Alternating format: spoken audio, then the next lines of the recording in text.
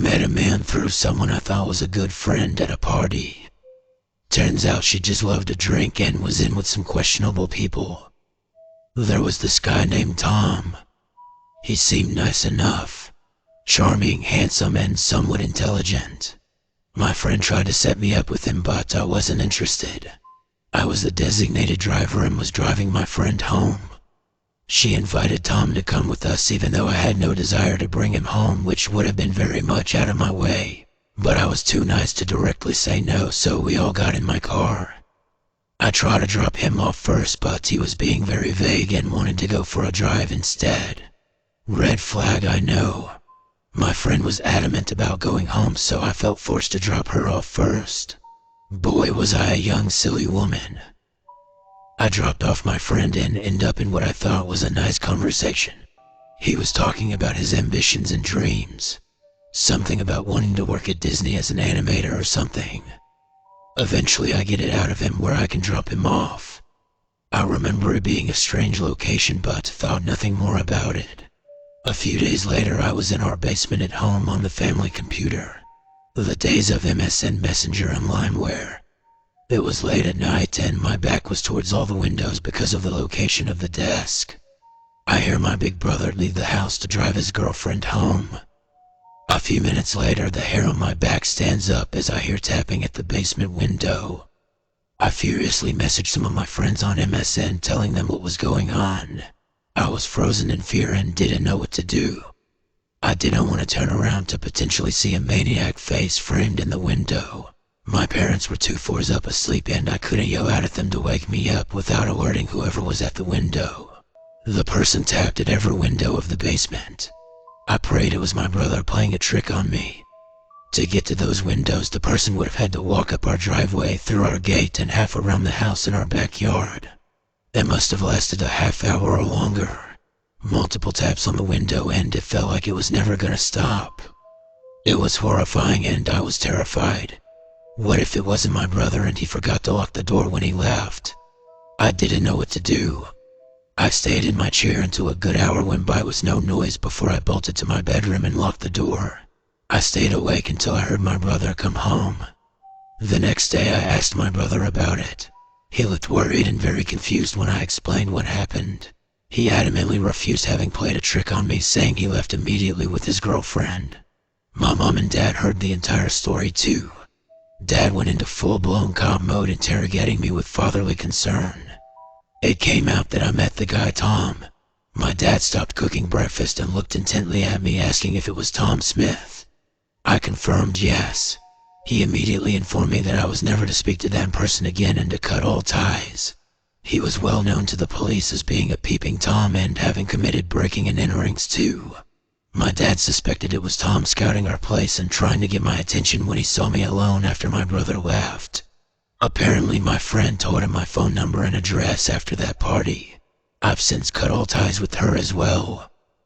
So Peeping Tom named Tom, I know we'll never meet again since I'm pretty sure you're in jail.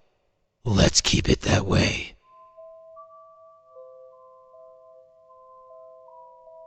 So this happened to our neighborhood when I was about 10, I would say. We lived in a super nice subdivision on a ridge near a marina. The houses were not all right on top of each other due to how the land was, and our house was one of the ones that was not right next to the other houses. Our house backed up to a lot of woods that I used to play in. Our neighborhood was plagued one year by a Peeping Tom. My mom had talked to some neighbors and several people had noticed a guy creeping about in backyards or looking in windows, etc. One neighbor had said she and her husband had another couple over for dinner, and when the ladies went out in the backyard down to the wood pile to get more firewood, they noticed a man standing just inside the woods staring at them. They ran to get their husbands, but he was gone at that point. So we were on the lookout. One night I was in bed and my bed was opposite the window in my room. Our house was mostly all on ground level, but my bedroom window was higher from the ground. However, there was a little ledge there under the window. I used to use that ledge to climb in and out of the window for fun. I even put a slider under the window once and would slide out the window. So one night I'm in bed and I wake up for some reason. I looked at the window and noticed that the floodlights were on in the backyard, and I clearly saw the outline of a man's shoulder and head in the window, like he was standing on that ledge trying to look in. I scream and go get my parents, and of course he is gone by the time they get there. My mom tended to believe me, but my dad said I just dreamed it. I made my dad search the entire huge house though before I would go back to sleep. The reports came in from neighbors that the boats down at the marina were getting broken into. My guesses said Peeping Tom was breaking into the boats for food or to sleep, etc. Well, it all came to a head one night, and lucky us, we were the family that got the worst of it. Our house was like one level on the top and then had a basement. Well, the master bedroom had these huge windows that went all the way to the ground. They could even be opened and just have the screen. You would just turn the handle and they opened out. My parents were pretty lax in security, and if the weather was nice, they would leave the windows open while they slept. So my dad was gone at night, which was not abnormal for him. He was gone at night a lot, which perhaps Peeping Tom knew if he had been watching us. My mom was asleep in her bed, which was right next to those big fold-out windows which were open. She likes to sleep with the TV on, so she said she kept hearing leaves crunching and she thought it must have been something on the TV. Then she finally realizes the sound is coming from outside the window, literally like a foot and a half away. She jumped out of the bed and ran and turned on the floodlights out front, and there in that window was the outline of a man. Literally all that guy had to do was kick in the screen and step into the house. It was that simple. We did have an alarm system, so my mom runs and hits the panic button and the alarms go off. She said the guy bolted. I was asleep in my bed while this was all going on and wake up to hearing the alarm and the cops arriving shortly after. The cops were too lazy to go into the woods looking for him. He ran into those woods behind our house. They did take an unmarked car though and drive around to the other side of the woods to see if they could catch him when he came out the other side, but of course they never found him. But maybe the guy almost getting caught was enough for him, because after that night the Peeping Tom wasn't seen again in our neighborhood. I suppose he moved on, but not before he literally scared the living daylights out of my mother and me. The lesson this incident has taught me is I never sleep with the windows open. Ever. And neither should you.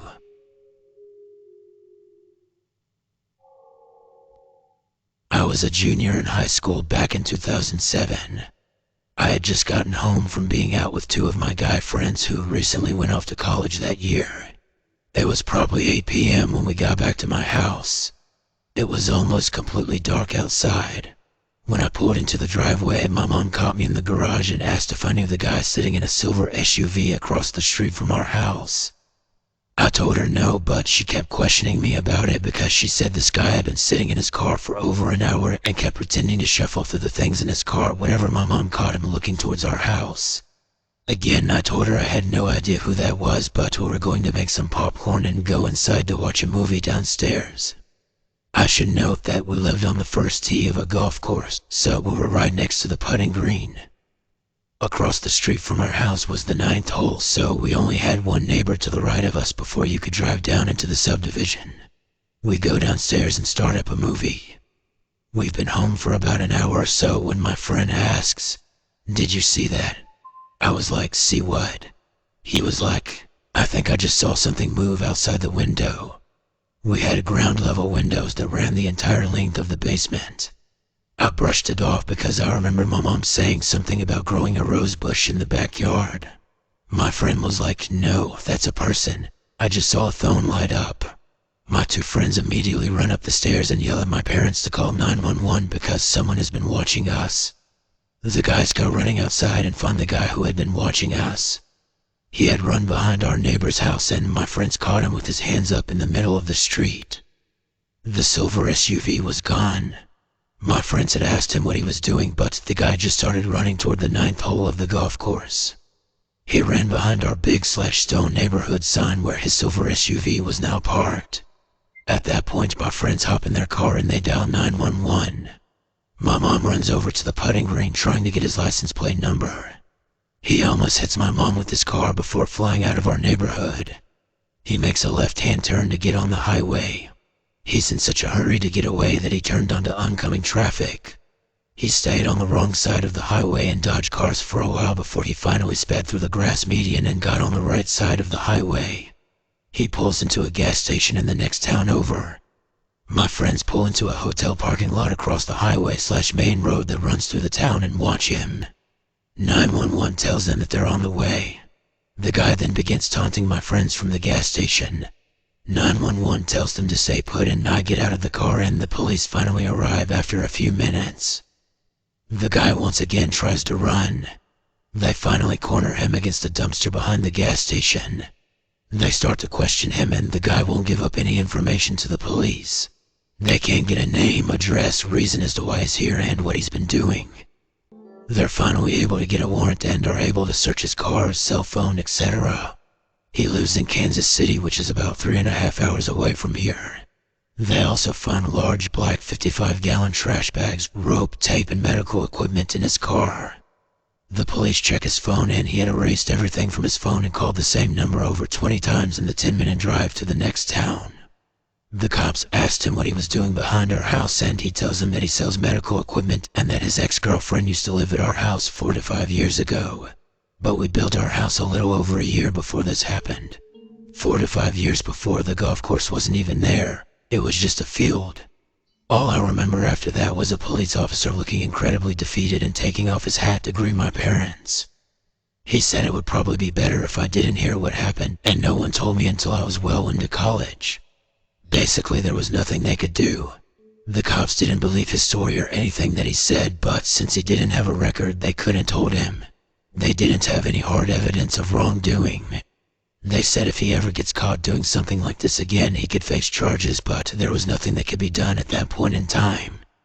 The only thing the cops did recommend was that my parents keep a close eye on my social media because anyone can see your profile. So after that happened, I've always been careful of what I post on the internet, and I always watch my surroundings. I have no idea what that guy's intention was or if he had the wrong house, but that night still sticks with me to this day. The thing that scares me the most is that I've had someone a few times over the years try to follow me on Facebook and Instagram. It always looked like a fake profile though, but you can never be sure. I block him and carry on, but I always wonder if the same guy is checking up on me ever so often. Whenever I tell my friends this story, I always tell them that if I go missing, it will be him.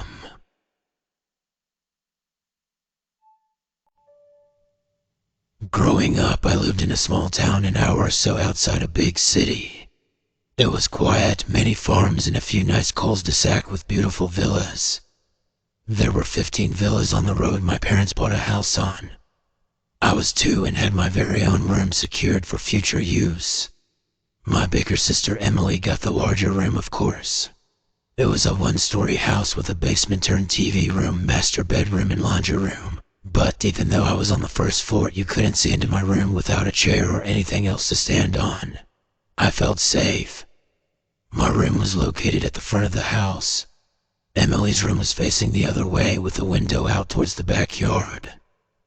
Under my window was a little patio with garden furniture, 2 chairs, a sofa and a table. We spent many summer days there eating ice cream.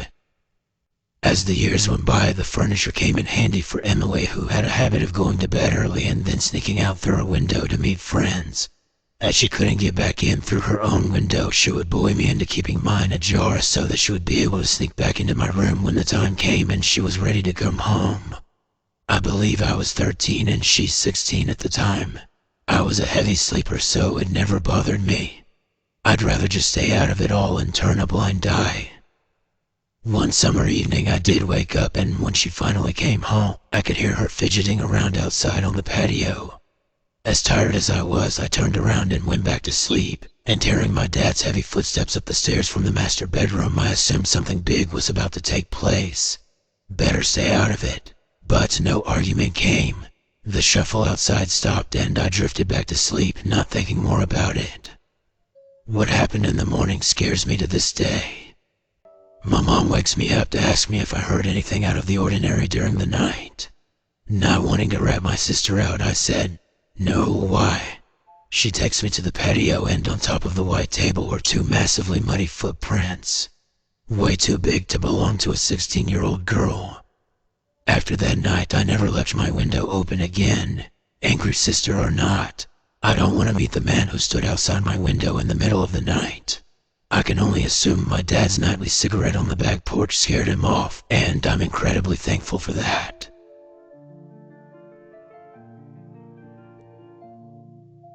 So here's some backstory on my place and myself. I had moved into my own apartment from my parents' house with my cat about 8 months prior, and I was happy as could be. I spent countless hours just lounging around my place, cleaning, decorating, making it my home. This apartment was a basement apartment, which meant that my windows were ground level. I had pretty awesome neighbors. The older Asian lady upstairs became a fast friend and was the mother figure around the place. My other upstairs neighbor was a guy my age, and we quickly became friends as well. My neighbors across the hall were a little more off-putting, whereas I would frequently hear the couple arguing loudly and slamming doors, and the hallway between us was always filled with a weird earthy smoke. The man of the couple across the hallway always took an opportunity to make crude and inappropriate comments towards me, which I always brushed off because, let's face it, when you're a woman you get used to it. Until one night when things got really creepy. Now our apartments had 2 entrances, a front door and a back hallway door. The front door was to connect to the front parking lot, whereas the back hallway door just led into a dark alleyway behind the building, an area no one should frequent. So on this particular night when I got home, it was already close to midnight. I headed straight into my bedroom to get undressed. I should tell you now that my bedroom window faces the back alleyway, and I had my blinds shut almost all the way. They were maybe open half a foot, and the window was cracked to let the breeze in. After I got undressed, I walked around the bed straightening up and then headed to the bathroom to wash up for bed. As I stood there brushing my teeth, my cat came tearing out of my room and spun in the hallway to look into my room with her back puffed and growling. Not knowing what could make her do this, I peeked around the corner into the bedroom and didn't see anything. I noticed I couldn't see out the window since the light was on and there was a glare, so I flicked it off. In that moment, I saw the outline of a man crouched outside my window, low and close enough so that he could see through the 6 inches of glass that were exposed along the ground. I panicked and dropped to the ground, unable to move and not knowing what to do. Here I am, a 21-year-old girl living alone with her cat, no protection, and there is a man crouched in a dark alleyway behind my house. I crawled across the floor to where my phone was and repeatedly tried to call the guy I was seeing to come to my house. He didn't pick up, and I finally gave up calling. I heard leaves rustling outside, and all of a sudden I heard my crude neighbor from across the hall outside with a flashlight yelling, "Who's out there?" After a few minutes go by, he came back inside and started knocking on my door. I jumped up and threw some clothes on and went to open my door. When I opened the door, he looked at me and asked me if I had been hearing someone outside and that he had been hearing someone previously the past couple of nights. I said I had and that I caught him looking in the window. After he left, grumbling about the lack of security, I ran upstairs to knock on my neighbor's doors upstairs. Anything so I didn't have to be alone. Neither of them answered. I went back downstairs, shut and locked all my windows, and took a can of wall spray I had and sat in bed all night listening and watching for any signs of a stalker. The next morning I went and talked to my upstairs neighbor and told her what happened. She was pissed. She had taken the habit of calling me daughter and definitely felt protective of me. This lady had to be 4'9" and 100 pounds soaking wet. She then proceeded to accuse the man across the hall of doing it and telling me she always knew he wasn't right. That's when I put it together. Why would he knock on my door at 12 a.m. knowing full well it was a work week if he thought I was sleeping? All the lights were off. At this time it was still pretty hot at night and I felt trapped in my own house. I used to love sleeping with my windows open and fan on, and now I had to suffer every night in a stuffy house because I was afraid of leaving anything open and unlocked. I never did confront my neighbor, but I did tell my landlord what happened, and he came and installed a motion light in the alley. But it wasn't enough. I felt violated. How many other times had this happened and I didn't notice? Why should I have to haul myself up every night in my own home out of fear? I ended up breaking my lease early and leaving. And to this day I will not sleep in a bedroom on the first floor.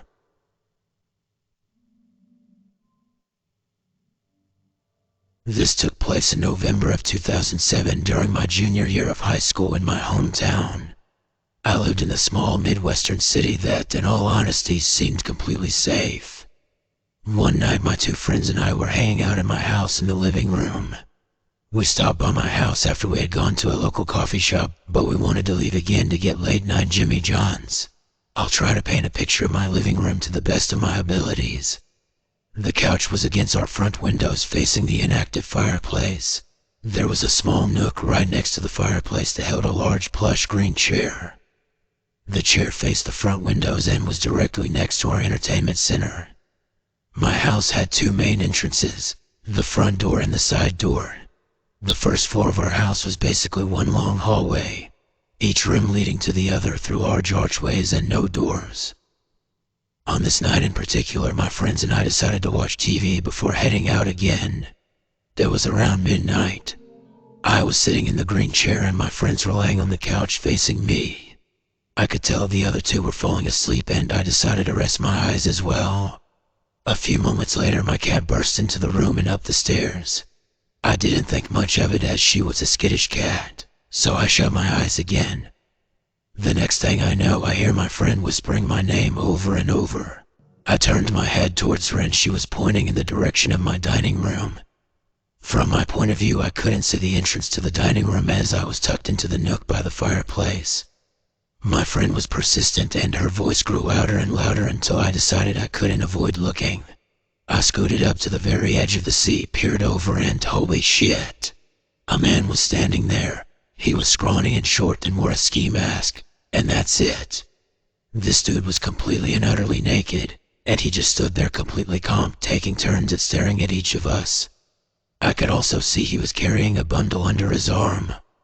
We all looked at each other for a few beats. My mind was racing.